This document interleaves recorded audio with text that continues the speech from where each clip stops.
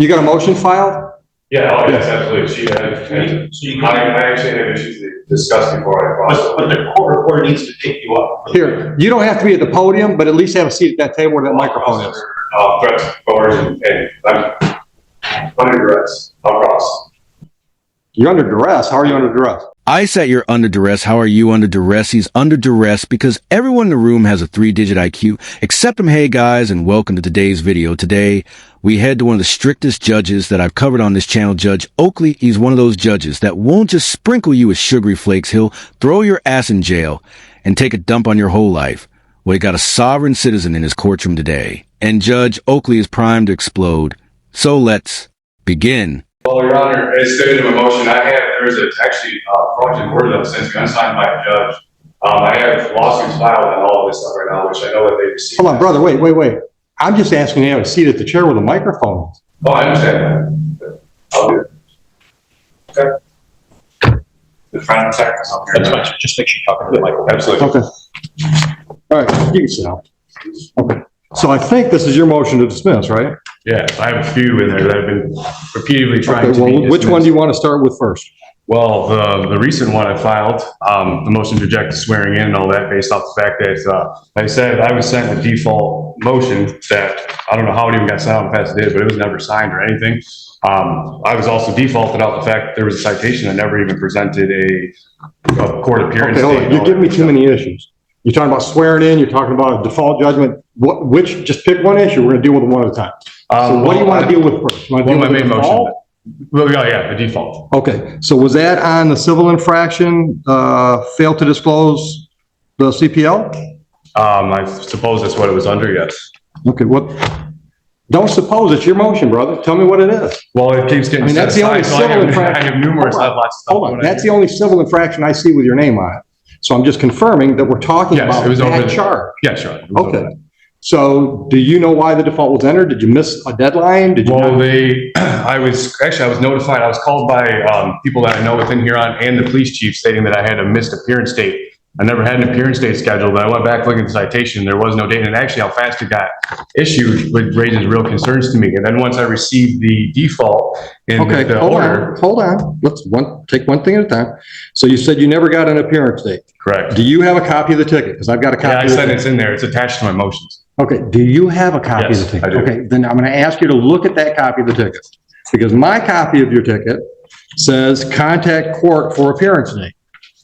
It says contact court for appearance date, where it says appearance date on or before. There's nothing. Okay, but it says contact court for appearance date. That means the monkey's on your back to contact us. I will also on the bottom of the tickets, it says if you fail to contact court within the specified amount of time. There was no specified amount of time on here.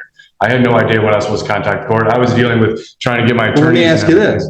Did you contact the court? I was again, as I said, I had no sort of any time frame. You're not actually answering his question. He asked you if you contacted the court because you're the one who got the ticket. And it's your responsibility. The real issue here is that you have a valid legal defense. But since you decided to represent yourself with your law degree from Crayola, you don't know how to actually apply. Mr. Purcell, this is going to go a lot easier on everybody if you just answer the question I asked. I'm going to give you plenty of chance to give me any argument you want to give. Okay? So don't feel that you have to force your argument into every question I ask. The question was, did you contact the court? Well, Your Honor, I would have contacted the court if I had a specified. That's a yes or no. So I'm going to take that as a no. You didn't contact the court. So after 14 days on a civil infraction, if we don't hear from the defendant, we enter default. It was less than that, actually, when I was defaulted, Your Honor. Less than that from what? From whatever this was issued. And like I said, I was contacting. Well, once again, I'm going to draw your attention to the ticket. My ticket, which I think is the same one you got, is dated February 3rd. Correct. Okay, so that's when it was issued, February 3rd. Correct. So when was the default? When did you get notice of a default?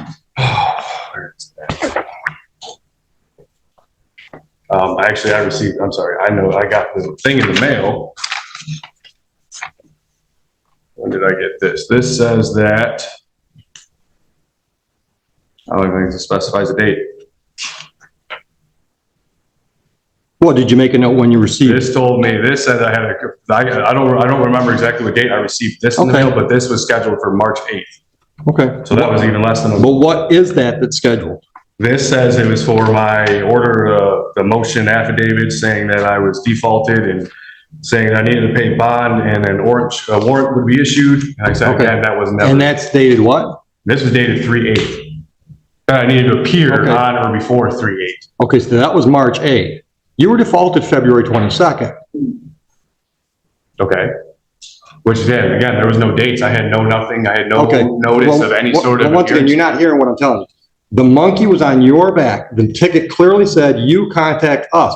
You never did. And it also specifies right here, if you fail to appear by the date specified, and then on the bottom one, even for the other one, if you fail to answer a citation by date specified, there was no dates. Okay, There was no dates. okay. Like I said, that's a valid legal defense and argument, but there's only one small problem, and the prosecutor's about to point it out. Do you have anything to add? I do, Your Honor. Go ahead. Mr. Purcell brought this up when you were in the Honorable Judge Martin. She did set aside the default in the civil infraction, irregardless of whether or not he showed up. Which I object to the setting Sir, aside. do not interrupt the lady. Did she interrupt you? No, Then don't do that. Let's be civil. Go ahead. Thank you, Your Honor. Judge Green, Mr. Purcell did bring it up again with the Honorable Judge Green, and she declined or denied his motion based on the fact that it was moot because the Judge Martin set it aside. So the default's already been set aside. Yes, Brother, why'd you just waste 5 minutes of my life? since March 14th, Your Honor. which I object to that because there's. You object to your motion being No, I granted? object to them setting aside my motion. And I No, object no, to no, this. no, no, wait, listen. She tells me Judge Martin set aside the default based on your motion. Yes, but I was never told any of that prior to any of that. So you want to argue about the fact that you got what you asked for? No, what I'm saying is the fact that the due process was violated is what happened in this whole problem. When I was defaulted, due process was violated. So what? She set it aside. Not, listen, okay, it was set aside to cause damages to me because of what happened with the default. Well, explain to me how you were damaged. First off, there's threats made against me, right? Clearly he's threatening me to No, issue no, no. I warrants, didn't ask you threatening to about pay threats. money. I said, how were you? You said you were damaged. I'm asking you, what was the damage?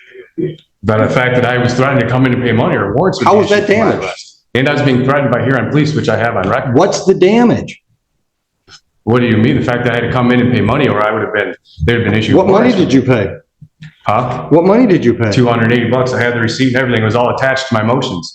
They just keep trying to set it aside. And Judge Green never said a But word to me stop. about any of that. It's been set aside.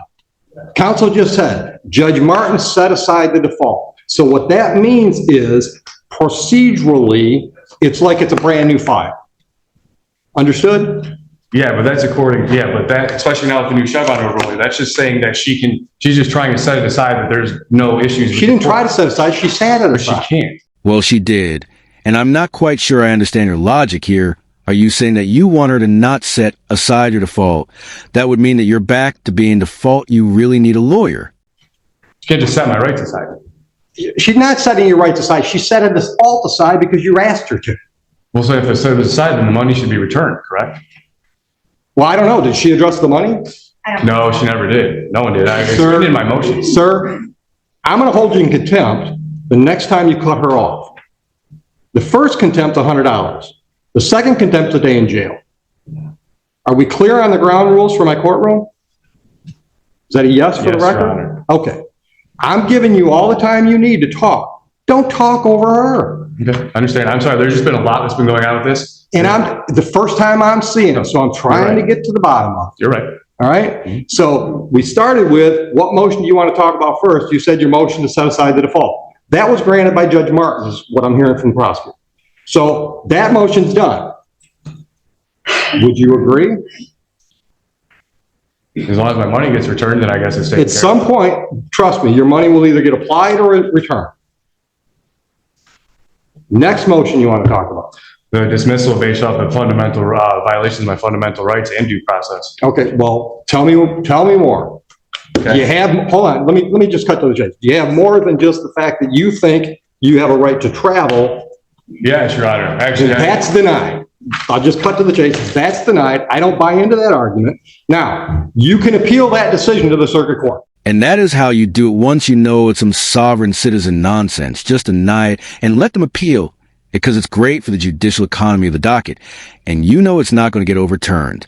You understand how that works? District court decisions you can appeal. Absolutely. Okay, hold on. I denied that motion. We're not going to talk about that motion because I've denied it based on your argument that you have a right to travel and don't need a license. Is there anything else you want to hang your hat on for dismissal? Well, I do object to the setting aside of my motion, Your Honor. I'm not setting aside your motion. I'm denying your motion. Well, denying, I object to the You denying. can't object. You can appeal. Okay. Well, I'm just Okay. letting you know, I'm stating for the record that I am objecting to your denial of my appeal. That's fine. Okay. Circuit court judges have bills to pay too, right? So you appeal me to the circuit court. Do you have any other argument why these cases should be dismissed? Yes, absolutely. Well, honestly, Your Honor, like I said, I even have both lawsuits. They've received my lawsuits to the Huron Township Police Department overall. Hold on. I don't know anything about lawsuit. How would you suing the township work as a reason to dismiss these charges? Because the initial traffic stop and everything was unlawful stop from the get. I was Okay, but that's got retaliating. nothing to do with your lawsuit. That might be the basis of your lawsuit. So you want to talk about whether or not there was a valid reason for a Yeah, stop? absolutely. Then make the argument. Your Honor, so prior to me being pulled over by this officer, I was actually in contact with several law enforcement officers that are friends, and actually two that are currently working within Huron that had confirmed I had every lawful right to be doing what I was doing. The one even pulled up to me and my wife at a gas station, and we were in town, and we are in Sibley and Middlebelt, right near actually where I got pulled over. And we had discussed it and talked about it, went on about our day, and this was all prior to this incident. I had two other interactions with this officer where I had specifically told him, I've already been confirmed and doing lawful, I'm well within my lawful rights. I have it documented. You need to go talk to the sergeant that I have been talking to and a couple other buddies, right? I gave him that opportunity. It was shortly after that. And I had that confirmation well prior to me even being pulled over. Okay. So then, this officer seen me leaving my house, pulling off my dead end dirt road, proceeded. Like I said, I even told him, I've already had this, I've already Right. addressed this. You need to go talk to the sergeant. Right. Chose not to. Pulled me over, walked up, just started demanding ID and everything from me, and wouldn't identify himself, none of that good stuff. And then now this is where it's all led to. And I informed him, I have body cams, I have my own recording. Like I said, I have a lot. Okay, but you started out by saying you wanted this dismissed because there was not probable cause for the stop, Correct. okay? And then you went on to tell me how there was obviously a difference of opinion within the department about whether or not what you were doing was legal or not. Well, I Is that a specifically fair stated. summation? What was that? Is that a fair summation of what you just said? Some of the officers that you talked to said you could do that, and obviously the officer that wrote you the ticket didn't think you could. Correct. Okay, so that's a difference of opinion there, which has very little, if anything, to do with the probable cause for the stop. So I'm going to let the prosecutor explain her position on probable cause. That's it. Go ahead. So it's time for the prosecutor to make her arguments, but she's nowhere near a microphone. I try to touch up her audio, but it's really bad. Now it's really short. So I'm just going to let it play and I'll summarize. Thank you, Your Honor. Defendant is requesting this court dismiss the case because of the accusation that operating an ORV on the roadway constitutes a blatant violation of his First Amendment rights and an improper attempt to regulate his constitutional rights. In his most recent motion, he does accurately cite Terry v. Ohio as controlling. This was plainly a Terry stop. Well, hold on. His argument is there was no reason for the stop. He does cite Terry v. Ohio in his newest motion. Okay. Because people submit that the investigatory stop exception in Terry v. Ohio controls the validity of the traffic stop. An officer may stop and briefly detain a person on the basis of a reasonable suspicion that criminal activity is afoot. Defendant claims that he was stopped without legal justification. Rather, defendant was stopped for operating an ORV on the roadway in violation of MCL 324.81122 as adopted by Huron Township ordinance. Pursuant to United States v. Ferguson, so long as the officer has probable cause to believe that a traffic violation has occurred or was occurring, the resulting stop is not unlawful and does not violate the Fourth Amendment. On authority of state law and township ordinance, a person shall not operate an ORV which is not registered upon a public highway, street, or right of way. On the date and time of the offense, the defendant operated an ORV which was not registered, specifically an ATV on Middlebelt Road, a public highway in Huron Township.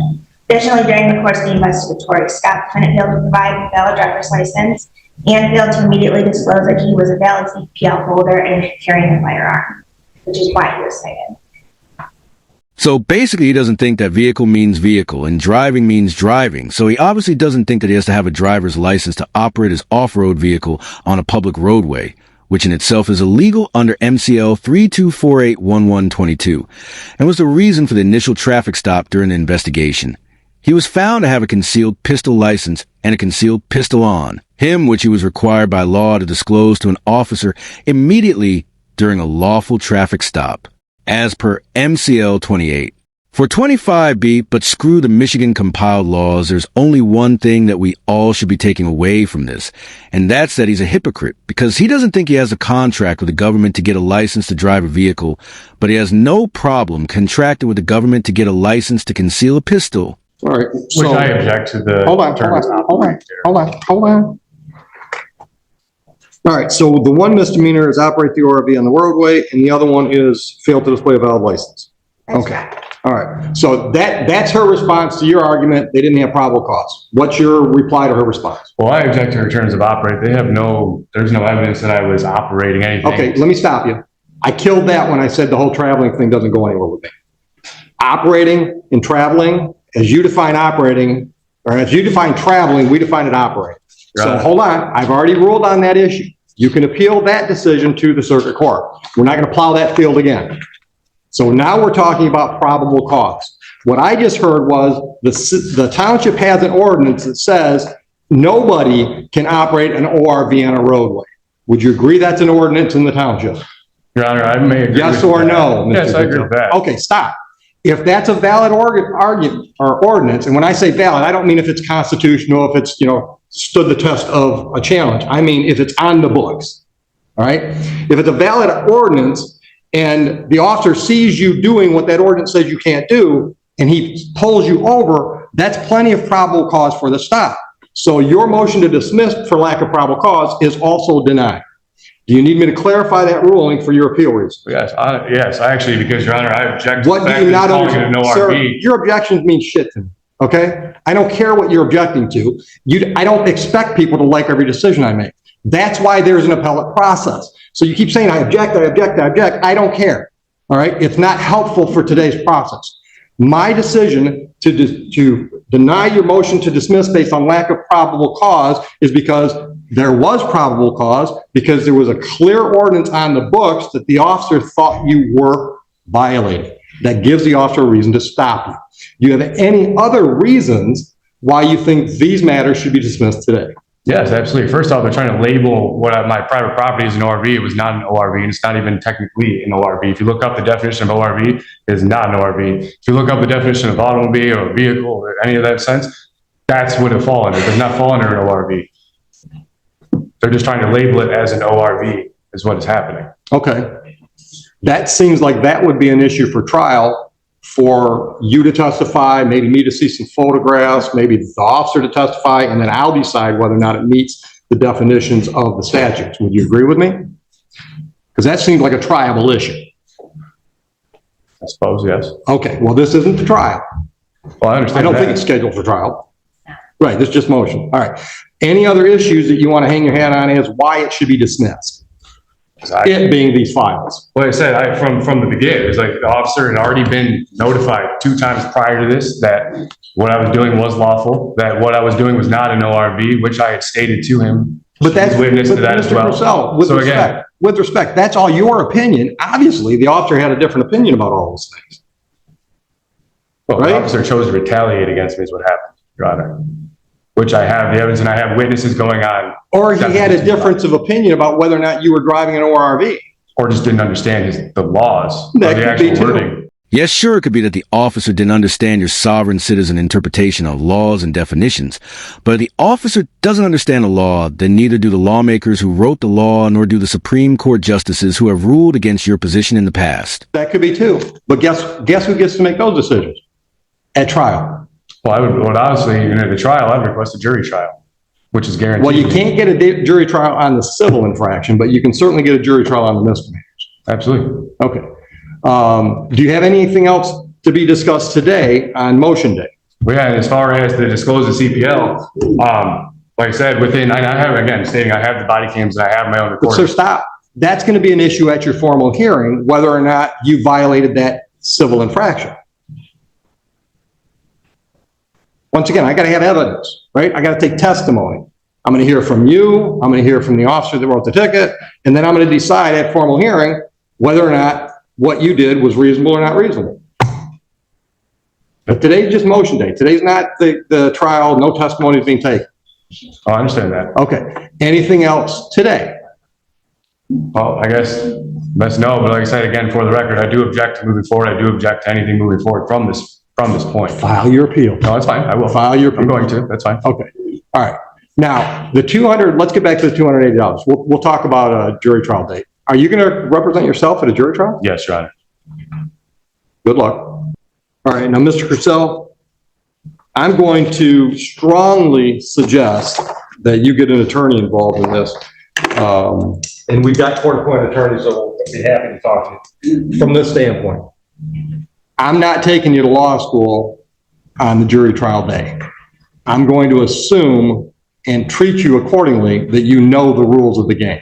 I understand, Your Honor. You don't. Oh, You might say that. You don't understand the rules. I do. Okay? How many jury trials have you had? none, but I have all the evidence. How many jury trials have you had?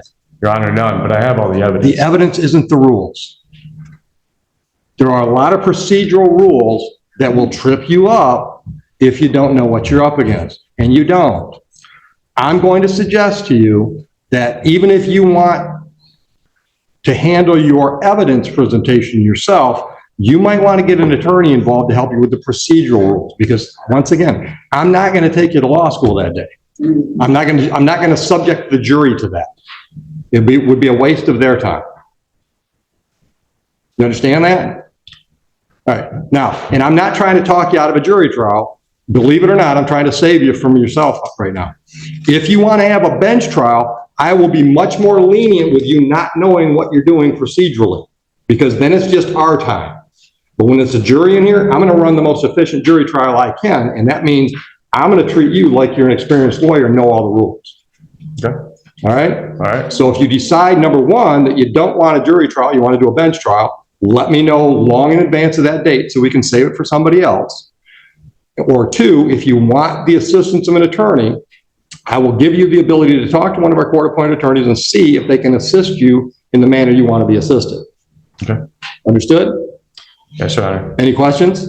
Nope. Anything else? Nothing. Have a nice day. Thank you. All right, so that's where it ended. At least that's where his appearance ended. However, about 20 minutes later, Judge Oakley candidly discusses views on sovereign citizens with the public defender.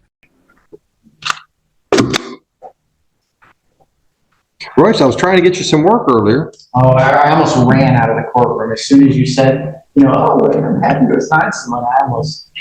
You would have seen like the cartoons, like you going through the wall and just like impermanently going through it. But these guys kill me. I've never heard about the travel, like time traveler or whatever. The last few sovereigns I've had in front of me, honestly, they had decent legal arguments. They just don't know how to get them out. Right. The one that I think. Not that the traveling's a good argument. I heard half of it. Yeah. You said like whatever he was driving under the definition wasn't like an ATV. So that might be a good That argument. might be. Yeah, there's a lot of stuff out there that's like hybrid stuff that since all those ordinances and statutes were written, so there could be something that falls through the cracks. Yeah, absolutely. But he's not going to get anywhere with his vitriol. No, what is it? What is the trap? I don't understand that. It goes way back when we traveled, I know this. without machines. We have a constitutional right to travel. Is it some kind of like? That's what they're using. They're saying I've got a constitutional right to travel, and you can't restrict my right to travel by making me have a driver's license. Okay. And honestly, my memory stinks, but one of the first things I remember learning in driver's education was, like day one, driving is a privilege granted by the state of Michigan. It's not a right. Right. We'll take that privilege away if you break the rules. Right. Yes, you look pretty reasonable. Well, and that's what I try to shut them off. It's like, look, I don't buy that argument. I'm going to deny your argument, but go ahead, appeal me. Right. If you really think you're on solid footing legally, go appeal me. Circuit court judge can tell me I'm wrong, which ain't going to happen because those arguments have been tried repeatedly. Exactly not a single time has any one of those arguments ever won not for a sovereign citizen, not for an American state neither, and definitely not for a Moorish it doesn't work. So find a new argument or get used to spending a significant portion of your life locked up in a cage, all right. So that's the end of the video. He has a court date coming up, so I'm sure we'll be seeing his next appearance in the near future. So if you like the video, hit the like button. If you disliked it, hit the dislike button. Don't forget to leave a comment below and subscribe with notifications on so you don't miss any of my content.